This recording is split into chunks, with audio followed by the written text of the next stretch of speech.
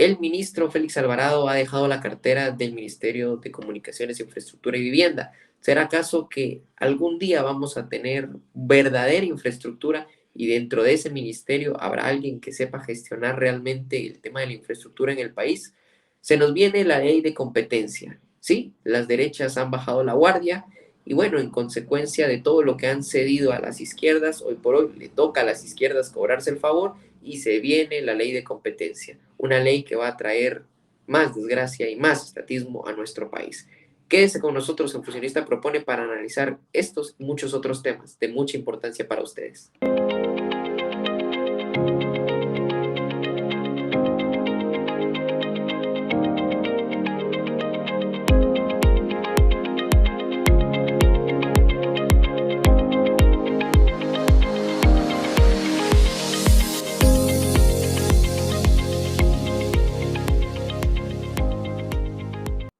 Estimados guatemaltecos, en nuestro país estamos llenos de muchísimos distractores. Distractores que nos impiden enfocarnos en el problema real y definitivo que es el sistema estatista que tenemos en Guatemala. Desde Fusionista Propone no nos limitamos únicamente a venir a opinar de los hechos acontecidos recientemente, sino a analizar cuáles son las propuestas reales y definitivas de fondo que este país necesita.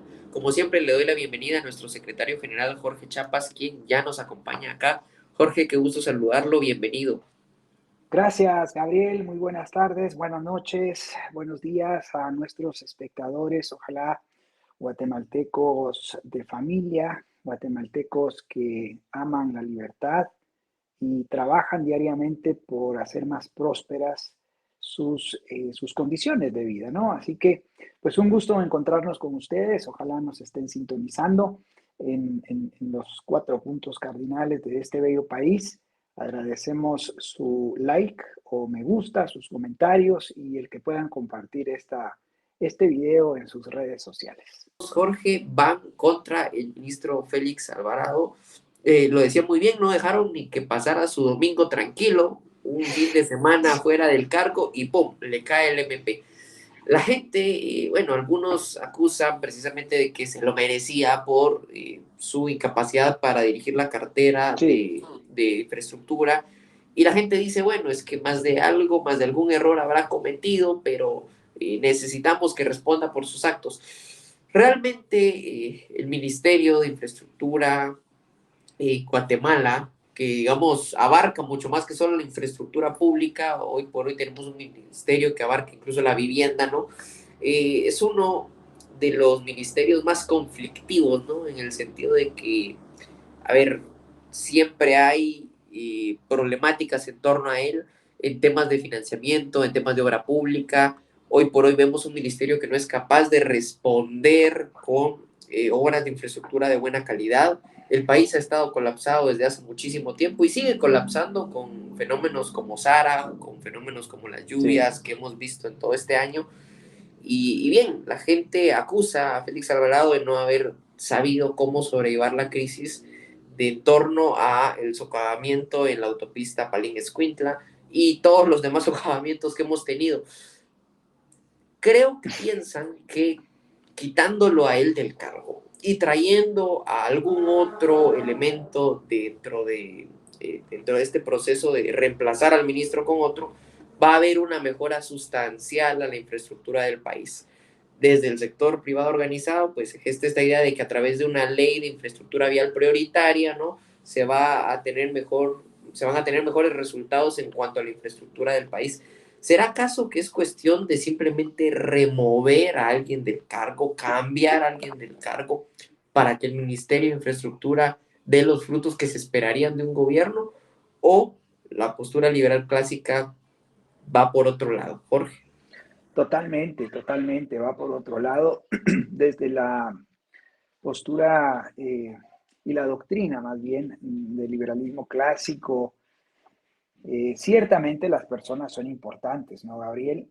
Cada persona le da una, una impronta, ¿no? Una identidad, digamos, eventualmente a un ministerio, a un cargo público, pero, pero desde la doctrina política del liberalismo clásico, lo que importa más allá de las personas, pues nuevamente es el sistema y las leyes que le dan vida y le dan fuerza a estas instituciones del gobierno.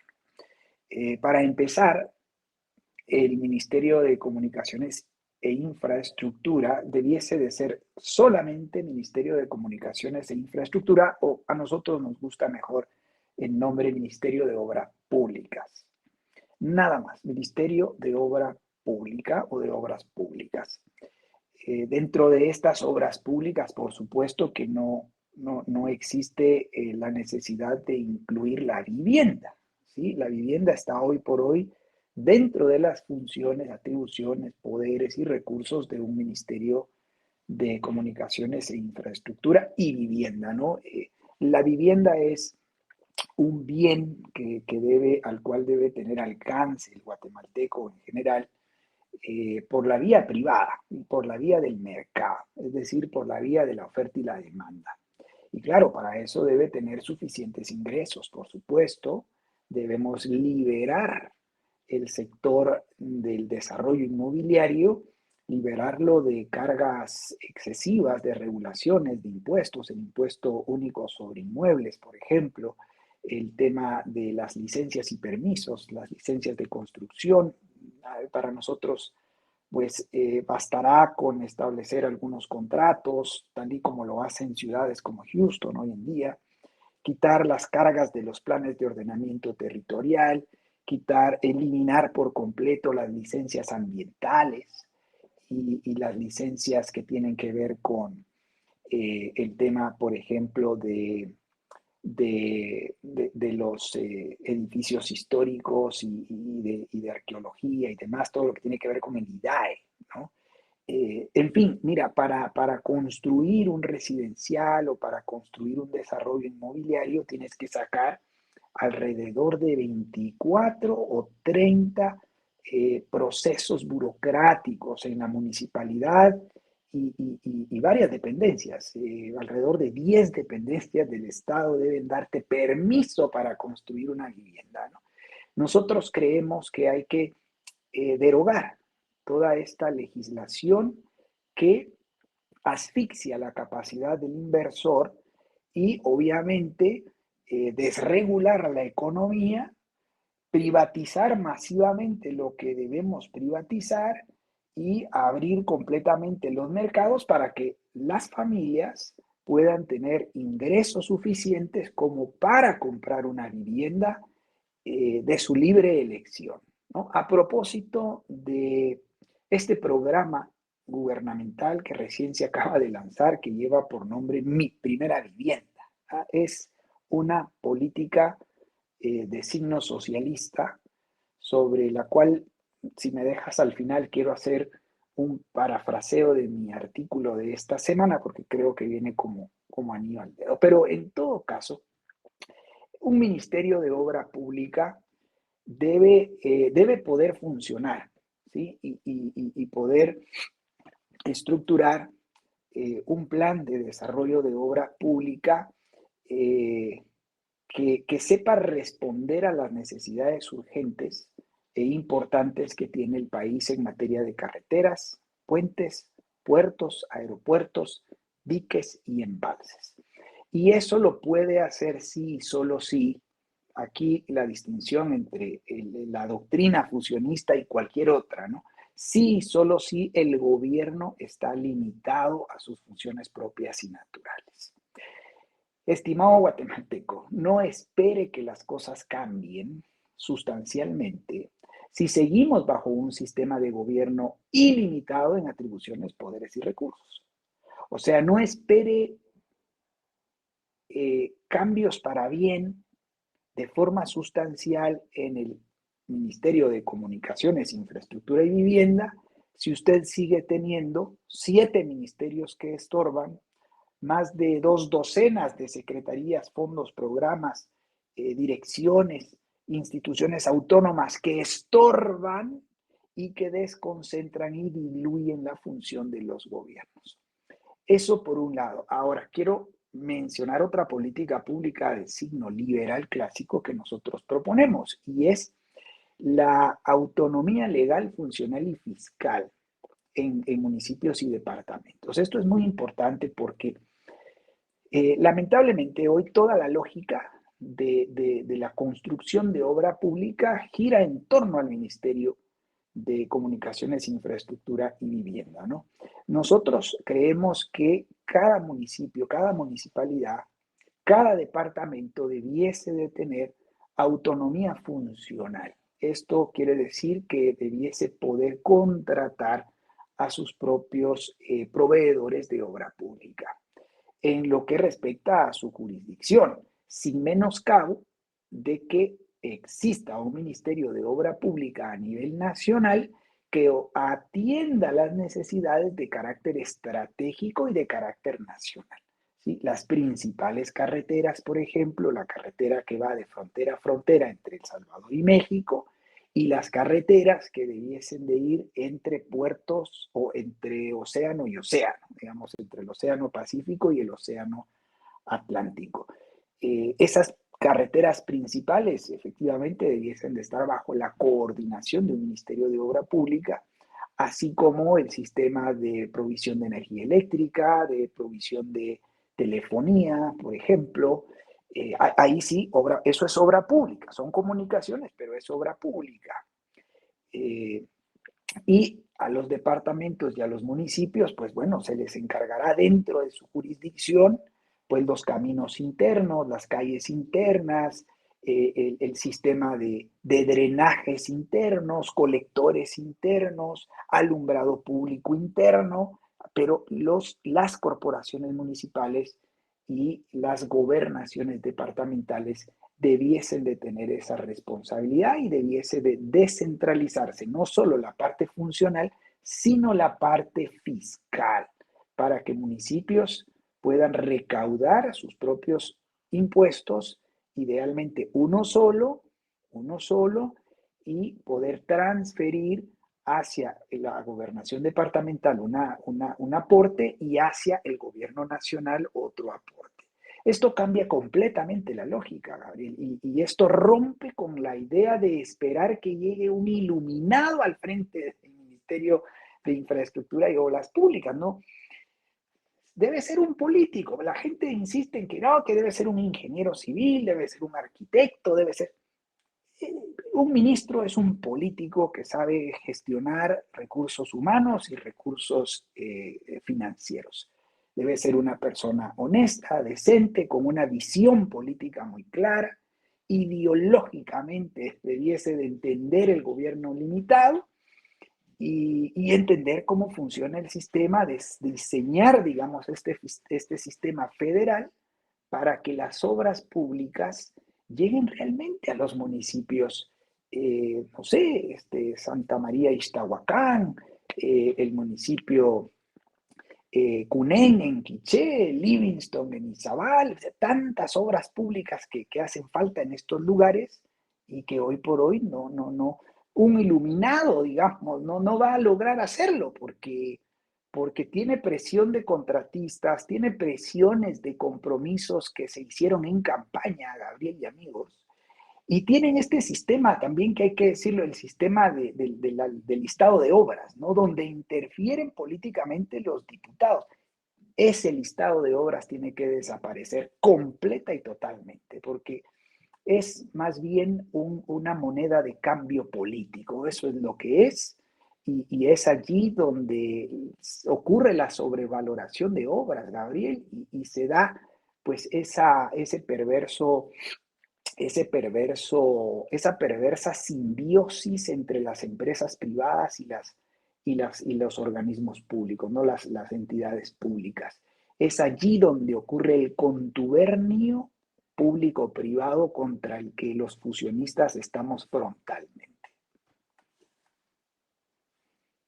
Y por eso mismo, Jorge, también estuvimos frontalmente en contra de la iniciativa de la ley de infraestructura vial prioritaria, ¿no? Sí, Precisamente porque se prestaba a este tipo de surgimientos de los contubernios público-privados. Algo que es importantísimo rescatar y creo yo fundamentalmente que nuestra audiencia lo entienda, ¿no?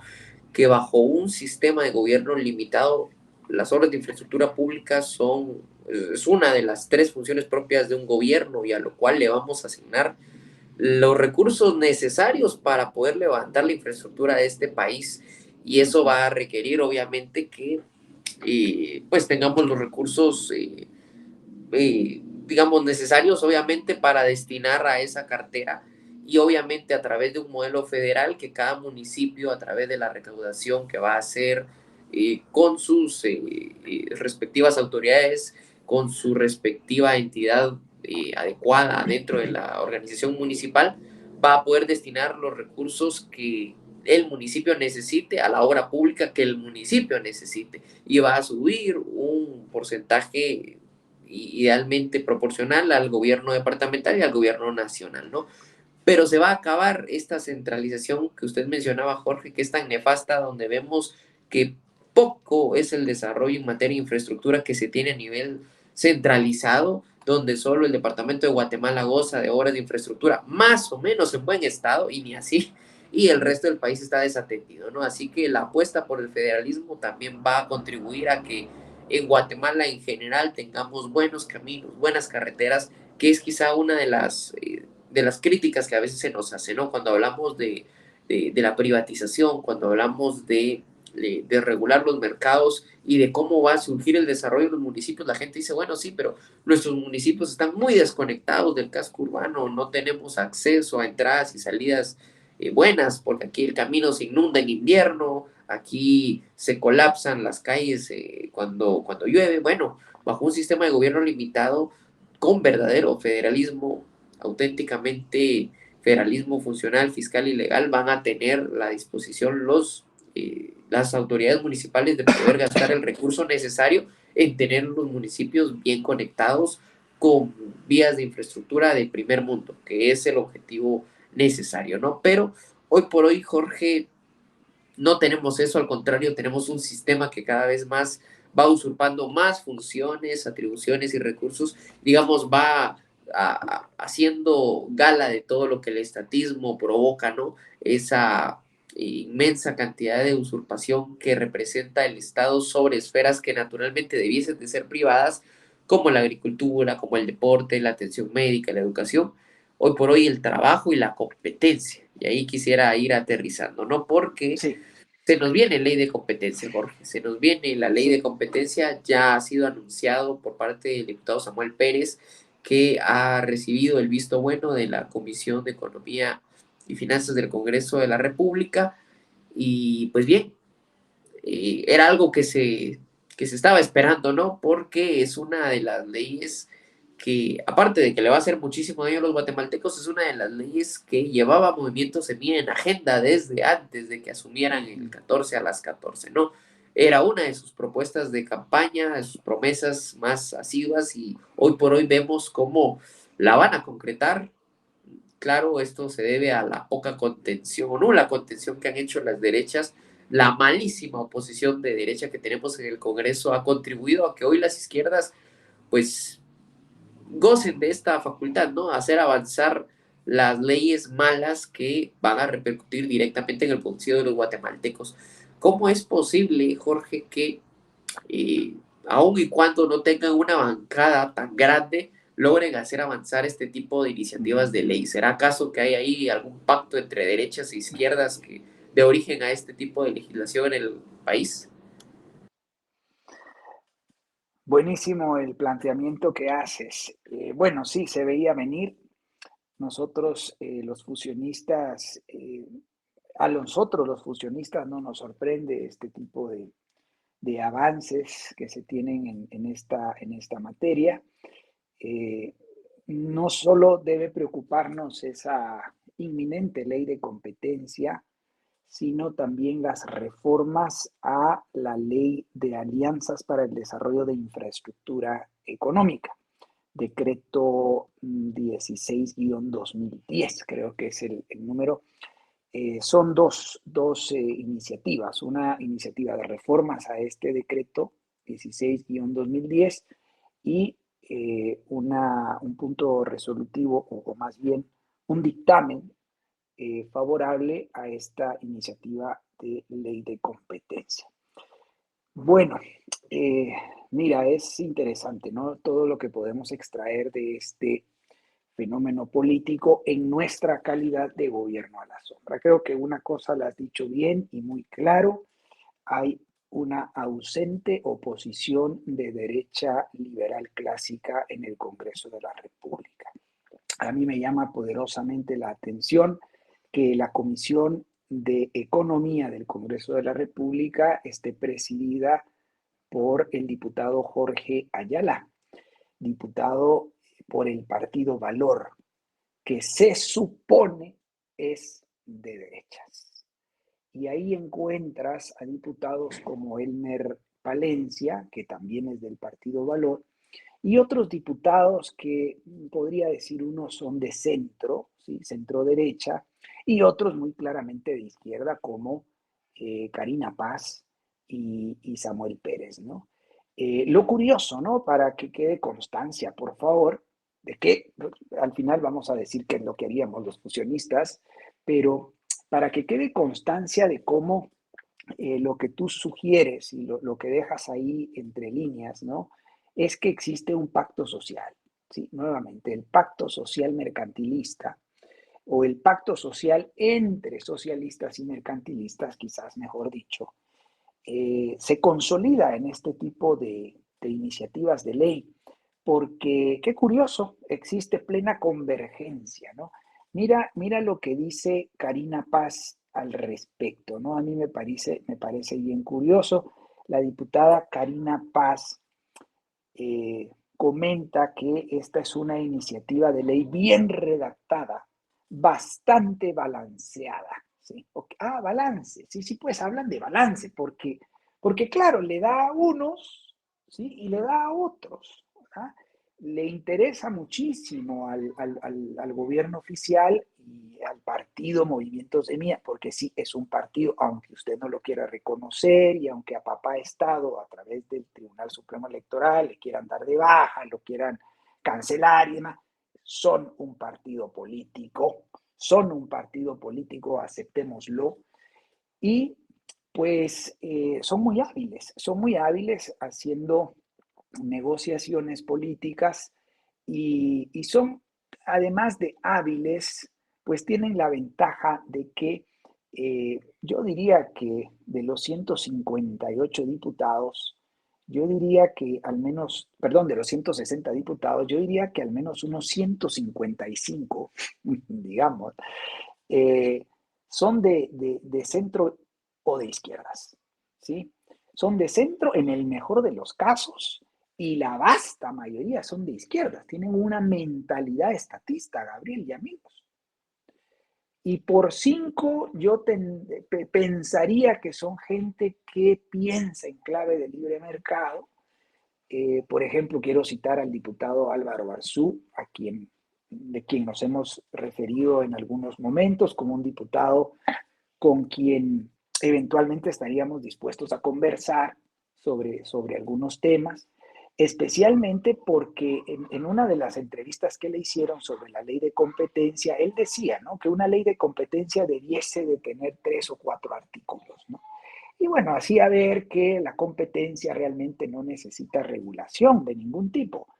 Y nosotros estamos totalmente de acuerdo en eso. Es totalmente contradictorio que creer que para que haya libre competencia se necesite una ley. Esa es la postura doctrinaria muy clara, muy contundente del Partido Fusionista. Nosotros creemos más bien que en todo caso el Código de Comercio ya debiese de establecer algunas pautas generales o ya establece pautas generales para evitar el fraude, ¿sí? Básicamente, eh, para evitar la creación de monopolios, que es la narrativa de las izquierdas, no necesitas una ley de competencia. El monopolio es una creación legal, tiene un asidero legal. Siempre que existe un monopolio, existe un privilegio económico. Lo que tú necesitas es que no existan privilegios económicos. En la medida en la que no hay privilegios económicos, no existirán monopolios ni precios monopólicos, como diría Ludwig von Mises.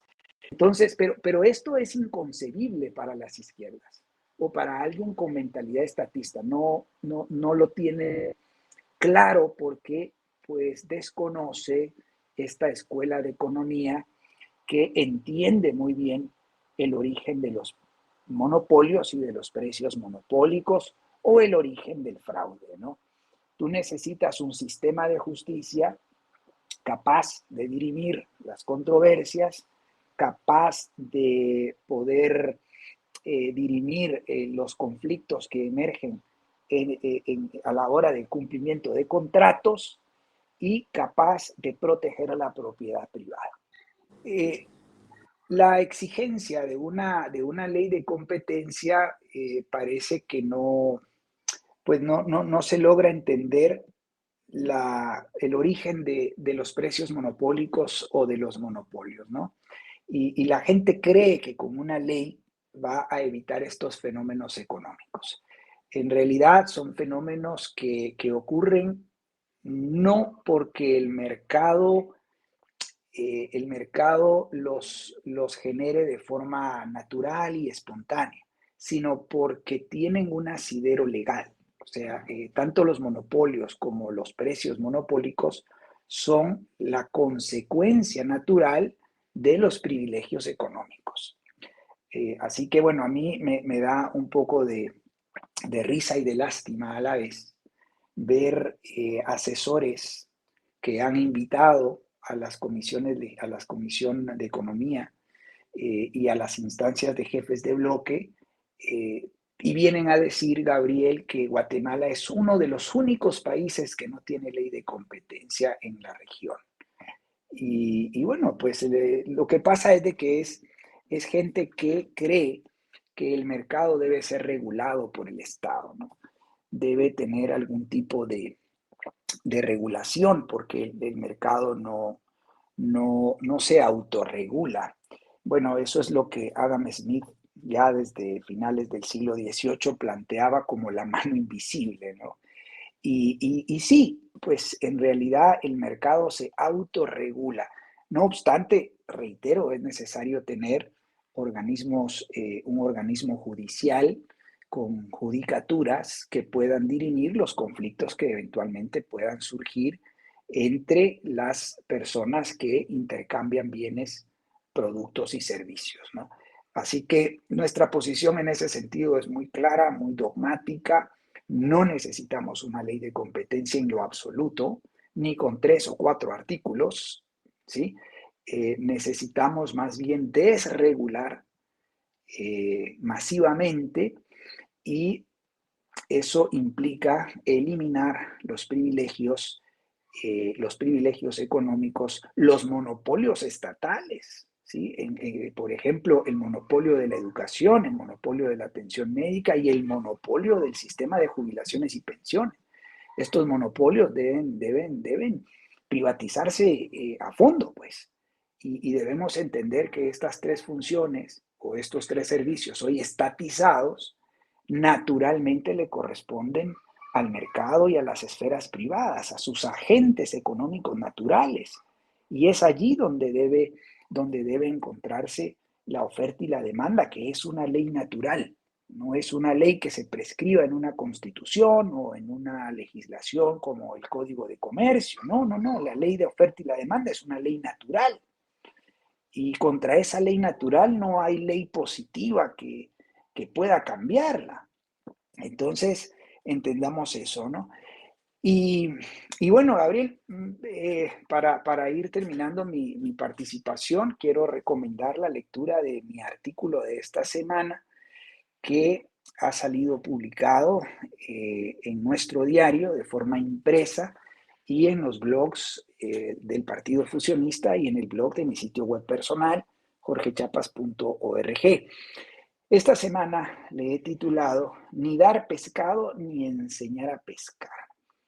Es un artículo que escribí, pero con algún otro título y contenido hace algunos años y que decidí más bien reescribir, ¿no? Y plantear pues básicamente eh, hacer contención en torno a esta política de dar pescado, ¿no? Por décadas, por siglos probablemente, innumerables gobiernos, ¿no? Vienen aplicando programas sociales. Y en estos programas ofrecen a los conectados con el sistema, es decir, a los votantes, a los afiliados de los partidos o de las plataformas electoreras y gente cercana al caudillo local o al caudillo mesiánico nacional, o a potenciales electores, pues vienen ofreciendo desde alimentos, fertilizantes y semillas hasta sistemas de riego, útiles escolares, tablets, medicina, vivienda, estufas ahorradoras, letrinas, tinacos, trasmayos, bueno, cualquier cantidad de, de dádiva, ¿sí? De obsequio, con lo cual esclavizan a la gente, principalmente a la gente más necesitada, a la gente más pobre, a la gente en pobreza extrema, que obviamente recibe con las manos, con los brazos abiertos toda esta ayuda, porque es tal su nivel tal su nivel de necesidad, ¿no? Pero ahora, recientemente, yo diría que en los últimos 40 años viene aplicándose una nueva política pública, ¿no? Que no erradica la política del dar pescado, sino más bien la complementa. Y es la política de enseñar a pescar. Entonces le han otorgado desde el Ministerio de Educación hasta la última dependencia de los gobiernos, pues han aplicado la lógica de la capacitación, del fortalecimiento de las capacidades, del extensionismo, algo muy sonado en la década de los 90, de la transferencia de conocimientos y tecnología. Estas son las narrativas y los títulos que tienen en los ministerios y en todas las dependencias del Estado. Entonces el mantra es, hay que enseñar a pescar, ya no hay que dar pescado. Pero ojo, no dejaron de dar pescado. Mientras daban pescado, empezaron con la narrativa de enseñar a pescar. Y con eso han justificado la existencia del Ministerio de Educación y la existencia de cuanto ministerio y dependencia se dedique a capacitar, como que si las personas fuesen brutas, todas, y entonces tienen que entrenar, ¿verdad? Para capacitar en el uso de una semilla mejorada de no sé qué vaina, ¿no? Maíz, frijol, lo que sea. Y tienen que enseñar sobre liderazgo y enseñar en la administración de las finanzas de los pequeños negocios y enseñar a exportar, bueno, en fin, todo es no solo dar pescado, sino enseñar a pescar. ¿Cuál es el paradigma en este sentido que impulsa el Partido Fusionista? Hay que dejar pescar, estimados amigos, hay que dejar pescar. Y yo refiero este lema que de alguna manera se consigna en una frase expresada por el francés Vincent de Gournay. Laissez-faire, laissez-passer. ¿Qué significa? Este es en francés, laissez-faire, laissez-passer. No sé hablar francés, pero esta frase la he oído muchas veces. Y bueno, laissez-faire, laissez-passer, que significa dejar hacer, dejar pasar. Dejar hacer, dejar pasar. Y eso, pues, en otras palabras, significa que no hay que dar pescado, que no hay que enseñar a pescar, hay que dejar pescar. En otras palabras, libre mercado. Y para que haya libre mercado, libre de fraude, libre de privilegios, debemos establecer un gobierno limitado.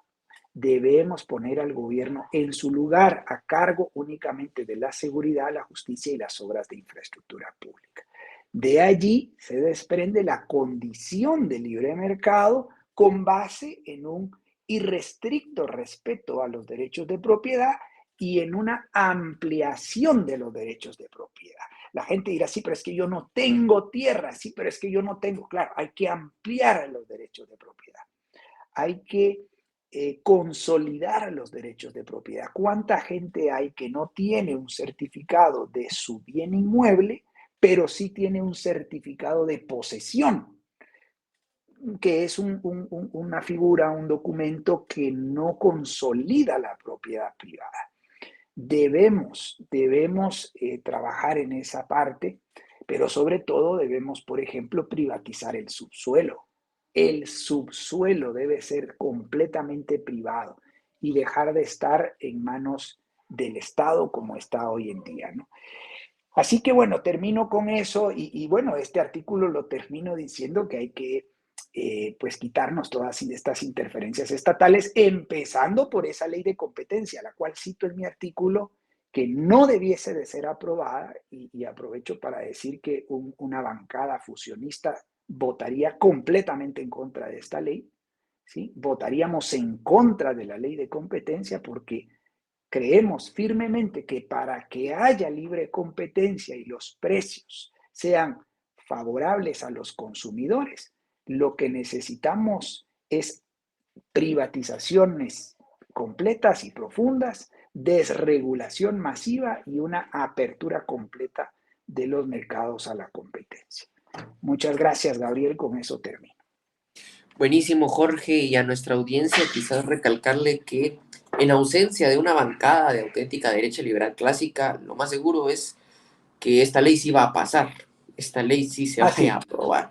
Entonces, el reto está que nos apoyes, estimado guatemalteco, a que si esto te ha hecho sentido y que al igual que nosotros estás en contra de esa nefasta ley de competencia y de todo el conjunto de leyes malas que tenemos en nuestro andamiaje jurídico, pues coadyuves a la causa fusionista y puedas preafiliarte con nosotros para poder así constituir al partido político fusionista y ojalá Dios mediante en un futuro tener una bancada sólida en el Congreso de la República que dé paso a la derogación de la ley de competencia y a ese conjunto inmenso de leyes malísimas que tenemos hoy en nuestro andamiaje jurídico.